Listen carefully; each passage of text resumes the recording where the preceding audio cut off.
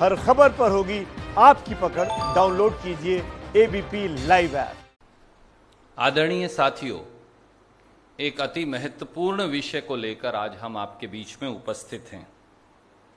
भाजपा शासन में उत्तर प्रदेश अब अपराध प्रदेश बन गया है।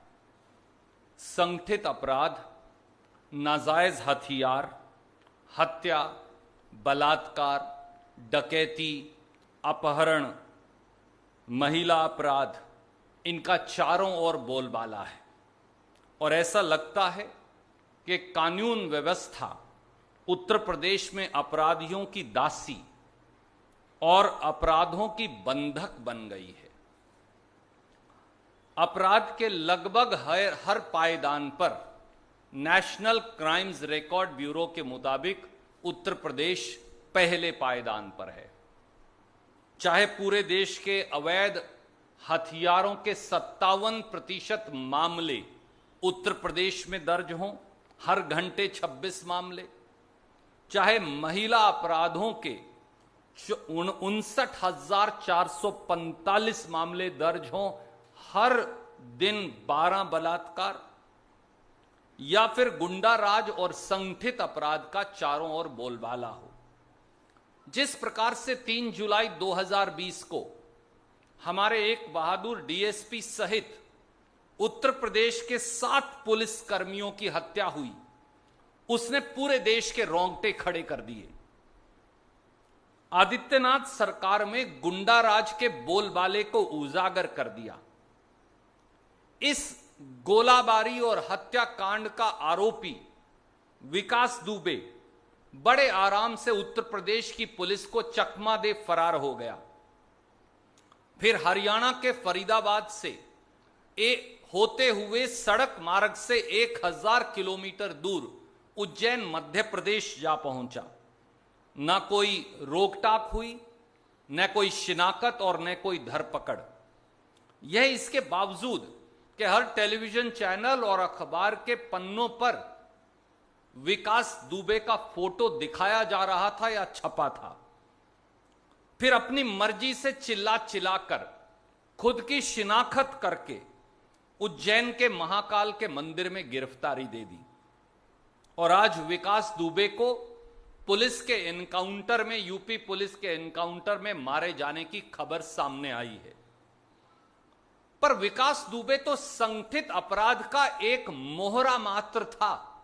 मैं फिर दोहराऊंगा, विकास दुबे तो संगठित अपराध का एक मोहरा मात्र था। उक्त संगठित अपराध के सरगना असल में उत्तर प्रदेश में हैं कौन?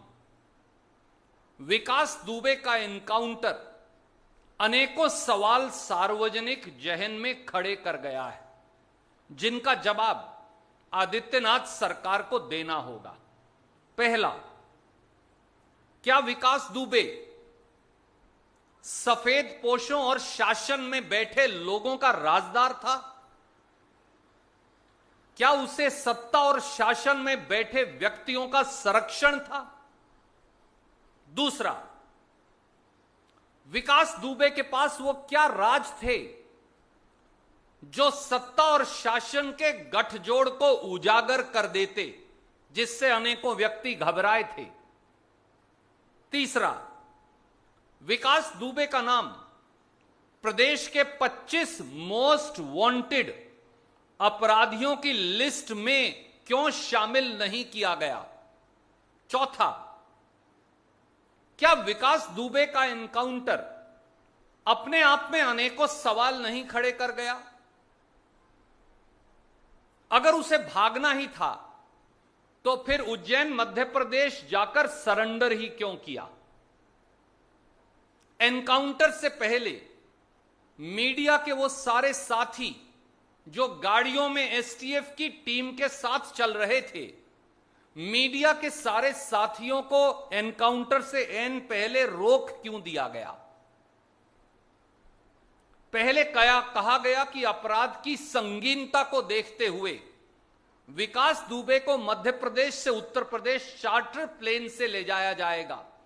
फिर क्या कारण था कि यह फैसला बदलकर सड़क मार्ग से कर दिया गया? पहले विकास दुबे को एसटीएफ की सफारी गाड़ी में देखा गया, तो फिर उसे महिंद्रा टीयूवी 300 में कब और कैसे शिफ्ट कर दिया गया?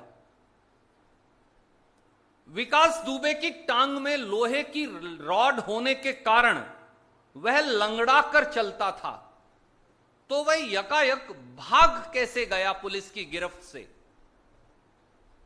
अगर अपराधी विकास दुबे भाग रहा था, तो फिर पुलिस की गोली पीठ में लगने की बजाय छाती में कैसे लगी?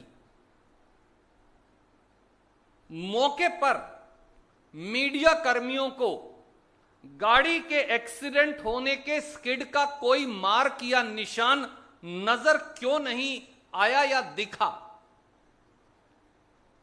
क्या यह सही है कि पहले मीडिया को एक्सीडेंट बताया गया और फिर अस्पताल में जाकर गोली चलने और गोलाबारी की पुष्टि की गई? क्या यह सही है कि मौके पर बारिश की वजह से कीचड़ था, तो जब भागते हुए वे एनकाउंटर में मारे गए विकास दुबे के शव को अस्पताल लेकर आया गया, तो जो मीडिया ने दिखाया उसके शव पर और कपड़ों पर मिट्टी और कीचड़ का कोई नामो निशान क्यों नहीं था? इस रहस्यमयी एनकाउंटर की असलियत है क्या? क्या यह असल में विकास दुबे के एनकाउंटर की बजाय सफेद पोशों और आला अफसरों के राज दबाने के लिए सच का एनकाउंटर है? मैं फिर पूछता हूं, क्या यह एक अपराधी विकास दुबे के एनकाउंटर की बजाय सफेद पोशों और राजनीतिक व्यक्तियों और आला अफसरों से उनके राज को दबाने के लिए सच का एनकाउंटर है? तो ऐसे में विकास दुबे जो संगठित अपराध का एक मोहरा था पर सरगना कोई और है, उन सरगना के चेहरे उजागर हो हमारे 8 बहादुर पुलिस कर्मियों को न्याय कैसे मिलेगा? भारतीय राष्ट्रीय कांग्रेस की मांग है और कांग्रेस की महासचिव श्रीमती प्रियंका गांधी जी ने थोड़ी देर पहले सार्वजनिक तौर से यह मांग रखी है कि विकास दुबे के सरगनाओं को बेनकाब कर ही 8 शहीद पुलिस कर्मियों और उनके परिवारों को न्याय मिल सकता है, तथा उत्तर प्रदेश में जो अपराध प्रदेश बन गया है, संगठित अपराध पर नियंत्रण पाया जा सकता है। आदरणीय आदित्यनाथ जी, संवैधानिक मर्यादाओं की आतिशबाजी आज हुई है। मैं फिर दोहराता हूं, आज संवैधानिक मर्यादाओं की आतिशबाजी हुई है और कानून व्यवस्था का होलिका दहन हुआ है। आज जिम्मेवारी आप पर है, इसीलिए हमारी मांग है कि विकास दुबे एनकाउंटर के साथ साथ संगठित अपराध विकास दुबे, सफेद पोशों, राजनेताओं, चोलाधारियों, आला अफसरों और सब वो लोग जो इस संगठित अपराध के राज से जुड़े हैं, उन्हें बेनकाब करने के लिए सुप्रीम कोर्ट के एक सिटिंग जज से इस पूरे मामले की जांच हो, समेत उन सारे राजदारों के जो इस राज को दफन करने में लगे हैं। यह मुख्यमंत्री श्री आदित्यनाथ जी व देश के गृह मंत्री श्री अमित शाह के लिए भी कसौटी की घड़ी है कि क्या वो सफेद पोशों व शासन में बैठे लोगों के अपराधियों के साथ गठजोड़ को उजागर करने की हिम्मत दिखाएंगे। यही राजधर्म के प्रति उनकी प्रतिबद्धता का इम्तिहान भी है। यही राजधर्म के प्रति आदित्यनाथ जी और देश के गृह मंत्री अमित शाह जी की प्रतिबद्धता का इम्तिहान भी है। एबीपी न्यूज आपको रखे आगे।